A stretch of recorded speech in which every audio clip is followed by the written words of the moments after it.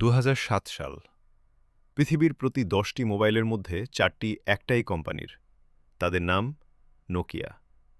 সেই বছর একটা ছোট্ট ঘটনা ঘটল। স্টিভ জবস মঞ্চে উঠলেন, পকেট থেকে একটা পাতলা কাচের বাক্স বের করলেন।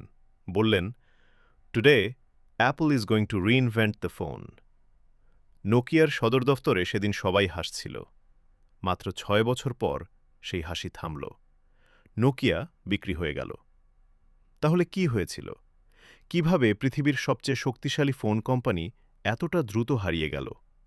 আজকের ইতিহাসের শিক্ষা নোকিয়ার পতনের গল্প, এবং সেই গল্পে লুকিয়ে আছে আমাদের সবার জন্য একটা সতর্কবার্তা। নোকিয়ার গল্প শুরু হয়েছিল 1865 সালে ফিনল্যান্ডে একটা কাগজের কল থেকে। হ্যাঁ, ঠিকই শুনেছেন, কাগজের call.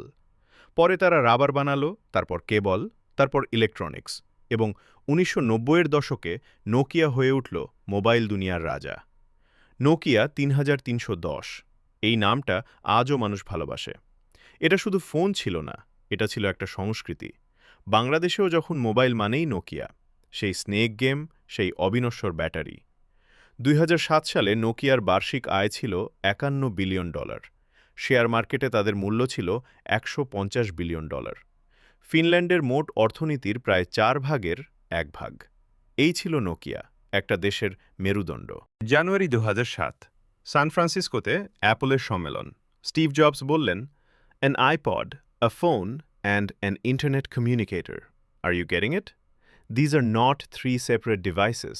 This is one device. নোকিয়ার তৎকালীন সিইও ওল্লি-পেক্কা কাল্লসবো পরে একটি সাক্ষাৎকারে বলেছিলেন, আইফোন দেখে তিনি উদ্বিগ্ন হননি। তাদের কাছেও স্মার্টফোন ছিল, তাদের কাছেও ইন্টারনেট ছিল, কিন্তু একটা জিনিস তারা বুঝতে পারেননি, আইফোন শুধু একটা ফোন ছিল না, এটা ছিল একটা কম্পিউটার, যেটা ফোনের মতো দেখতে। নোকিয়া ভাবছিল হার্ডওয়্যার দিয়ে, অ্যাপল ভাবছিল সফটওয়্যার দিয়ে। এটাই ছিল সেই মুহূর্ত যখন পৃথিবীটা পাল্টে গেল, কিন্তু নোকিয়া সেটা দেখতে পায়নি। তাহলে নোকিয়া আসলে কোথায় ভুল করেছিল? ভুল নম্বর ১, সিম্বিয়ানের মায়া। নোকিয়ার নিজস্ব অপারেটিং সিস্টেম ছিল সিম্বিয়ান। এটা একসময় ভালো ছিল, কিন্তু স্মার্টফোনের যুগে এটা হয়ে পড়েছিল পুরনো, জটিল, ধীর। ডেভেলপাররা এটায় অ্যাপ বানাতে চাইত না। অ্যান্ড্রয়েড বা আইওএসে যেখানে সহজেই অ্যাপ তৈরি হচ্ছে, সিম্বিয়ানে সেটা ছিল দুঃস্বপ্ন। কিন্তু নোকিয়া সিম্বিয়ান ছাড়তে পারেনি, কারণ তারা এতে এত বিনিয়োগ করেছিল যে ছাড়লে সবকিছু শূন্য মনে হতো।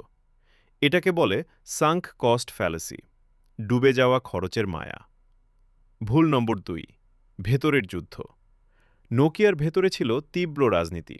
ম্যানেজাররা একে অপরকে সাফল্য দেখাতে ব্যস্ত। যারা সমস্যার কথা উপরে তুলত, তাদের কোণঠাসা করা হতো।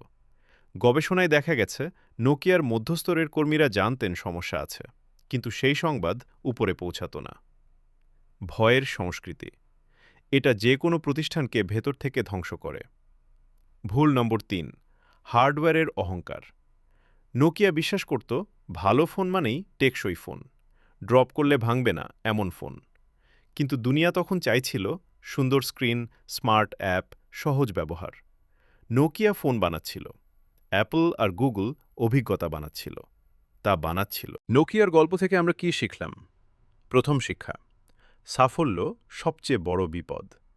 যখন আপনি শীর্ষে থাকেন, তখন পরিবর্তন ভয় লাগে, কারণ পরিবর্তন মানে ঝুঁকি। কিন্তু না বদলানোটাই আসলে সবচেয়ে বড় ঝুঁকি। নোকিয়া জানত পরিবর্তন দরকার, কিন্তু তারা অপেক্ষা করেছিল। আর ইতিহাসে সফল মানুষরা শিখিয়ে গেছেন, সঠিক সময়ে একটু দেরি হলেই সব শেষ। দ্বিতীয় শিক্ষা, প্রযুক্তি বদলায়, মানুষের চাহিদা বদলায়।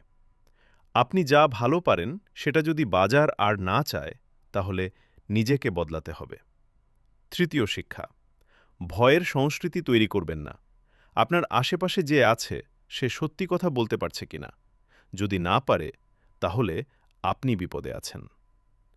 নোকিয়ার গল্প শুধু একটা কোম্পানির গল্প না, এটা যে কোনো মানুষের গল্প হতে পারে। যে মানুষটা একসময় সফল ছিল, অভ্যাসে আটকে গেছে এবং বুঝতে পারছে না পৃথিবীটা কোনো দিকে যাচ্ছে। আপনার জীবনে এমন কোনো নোকিয়া মুহূর্ত আছে?